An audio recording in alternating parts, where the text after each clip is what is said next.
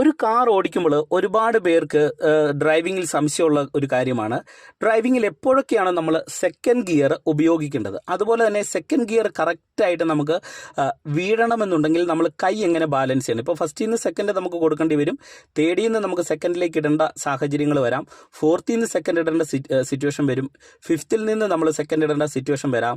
അപ്പം ഇങ്ങനെയൊക്കെ വരുന്ന സാഹചര്യങ്ങളിൽ കറക്റ്റായിട്ട് നമ്മൾ എങ്ങനെയാണ് കൈ ഉപയോഗിക്കേണ്ടത് എന്നുള്ളത് ഞാൻ പറഞ്ഞുതരാം.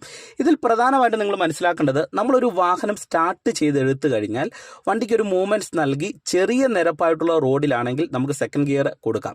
അതുപോലെ തന്നെ ചെറിയ കയറ്റങ്ങളിൽ ഫസ്റ്റ് ഗിയറിൽ ഒരു വണ്ടി എടുത്ത് മുന്നിൽ ഒരു ചെറിയ കയറ്റമാണെങ്കിൽ നമുക്ക് സെക്കൻഡ് ഗിയറിൽ ഒരു വാഹനം നമുക്ക് ഇറങ്ങി പോകാനായിട്ട് കഴിയും. അതുപോലെ തന്നെ നമ്മളൊരു വാഹനവും ആയിട്ട് ചെറിയൊരു ഇറക്കം ഇറങ്ങി വരികയാണ്, അതായത് കുത്തനെയുള്ള ഇറക്കമല്ല, കുത്തനെയുള്ള ഇറക്കങ്ങളിൽ നമുക്ക് ഫസ്റ്റ് ഗിയറേ പറ്റത്തുള്ളൂ. എന്നാൽ കുത്തനെ ഉള്ള ഇറക്കത്തോട് സമാനമായിട്ട് വരുന്ന ചെറിയ ഇറക്കങ്ങളുണ്ട്, അത്രയും വലിയ ഇറക്കമല്ല, എന്നാൽ ചെറിയ അത്യാവശ്യം ഇറക്കം തന്നെയാണ്. അങ്ങനെയുള്ള സാഹചര്യങ്ങളിലാണെങ്കിലും നമുക്ക് സെക്കൻഡ് ഗിയർ ഇട്ടുകൊടുത്ത് ഡ്രൈവ് ചെയ്ത് പോകാം. അത്യാവശ്യം നല്ല രീതിയിലുള്ള ഒരു സ്മൂത്ത് ആയിട്ടുള്ള ഒരു ഇറക്കം പോലെയുള്ള റോഡാണെങ്കിൽ നമുക്ക് തേടൊക്കെ മതി, കാരണം വലിയ ഇറക്കമല്ല. അത്തരത്തിലുള്ള റോഡുകളാണെങ്കിൽ നമുക്ക് തേടൊക്കെ ഇട്ട് ഇറങ്ങി വരാം. അപ്പോൾ ഇതാണ് ആ ഗിയറിൻ്റെ രീതി എന്ന് പറയുന്നത്. ഇനി ഗിയർ ഇടുമ്പോൾ നിങ്ങൾ ശ്രദ്ധിക്കേണ്ടത്, ഫസ്റ്റിൽ നിന്ന് സെക്കൻഡ് കൊടുക്കുമ്പോൾ എപ്പോഴും കൈ ഇങ്ങനെ പിടിക്കുക, എന്നിട്ട് ലെഫ്റ്റ് സൈഡ് ചേർത്ത് ന്യൂട്രൽ പൊസിഷനിലേക്ക് വരുന്നു, തൊട്ട് താഴോട്ടിട്ടാൽ സെക്കൻഡ് ഗിയർ നമുക്ക് ഇങ്ങനെ കറക്റ്റായിട്ട് ഇടാനായിട്ട് കഴിയും.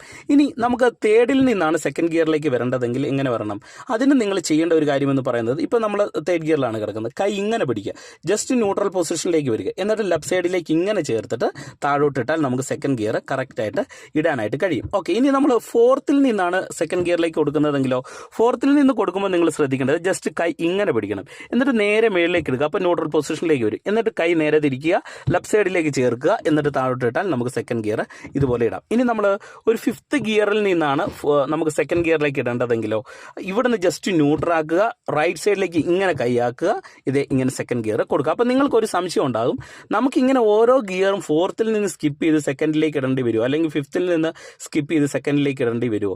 ഇതിനുള്ള ഒരു ഉത്തരവെന്ന് പറയുന്നത്, നമ്മളൊരു വാഹനം ഓടിച്ചു പോകുന്ന സമയത്ത് നമ്മുടെ വണ്ടിയുടെ വേഗത തീർത്തും സ്ലോ ആകുന്നില്ല, അത്യാവശ്യം ചെറിയ രീതിയിലുള്ള ഒന്ന് സ്ലോ ആയിട്ട് നമുക്ക് വണ്ടിയെ മൂവ് ആക്കണം. അതായത് വണ്ടി ചെറുതായിട്ടൊന്ന് അനങ്ങി പോകുന്ന ഒരു സിറ്റുവേഷൻ ഉണ്ടെങ്കിൽ നമുക്ക് ഏത് ഗിയറിൽ നിന്നും സ്കിപ്പ് ചെയ്ത് സെക്കൻഡ് കൊടുക്കാം.